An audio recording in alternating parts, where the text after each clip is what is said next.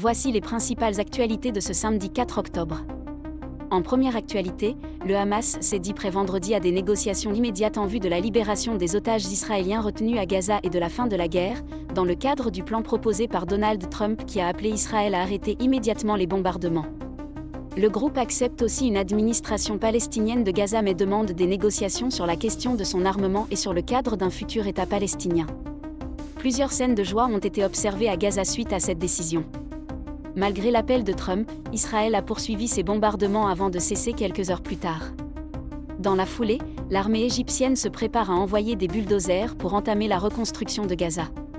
Plusieurs médias israéliens accusent déjà Trump d'avoir vendu Israël pour obtenir le prix Nobel de la paix.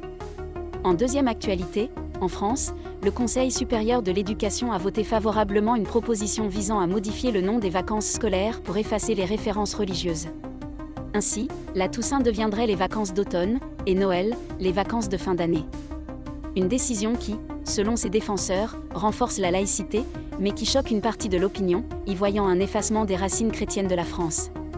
En troisième actualité, aux États-Unis, le rappeur P. Diddy a été condamné à 4 ans et 2 mois de prison pour transport de personnes à des fins de prostitution. Il a toutefois échappé aux charges les plus lourdes comme trafic sexuel et association de malfaiteurs, ce qui lui évite une peine bien plus sévère. Toujours aux USA, l'armée américaine a mené une frappe au large du Venezuela, tuant 4 narcoterroristes présumés.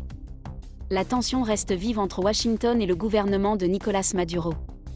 En quatrième actualité, au Japon, Sanae Takeshi, nationaliste radicale, a été élue chef du Parti libéral-démocrate et devrait devenir la première femme Premier ministre du pays.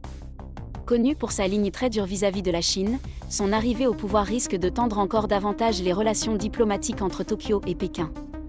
Enfin, en Ukraine, Kiev accuse la Russie d'avoir frappé un train civil avec un drone, causant au moins 30 victimes.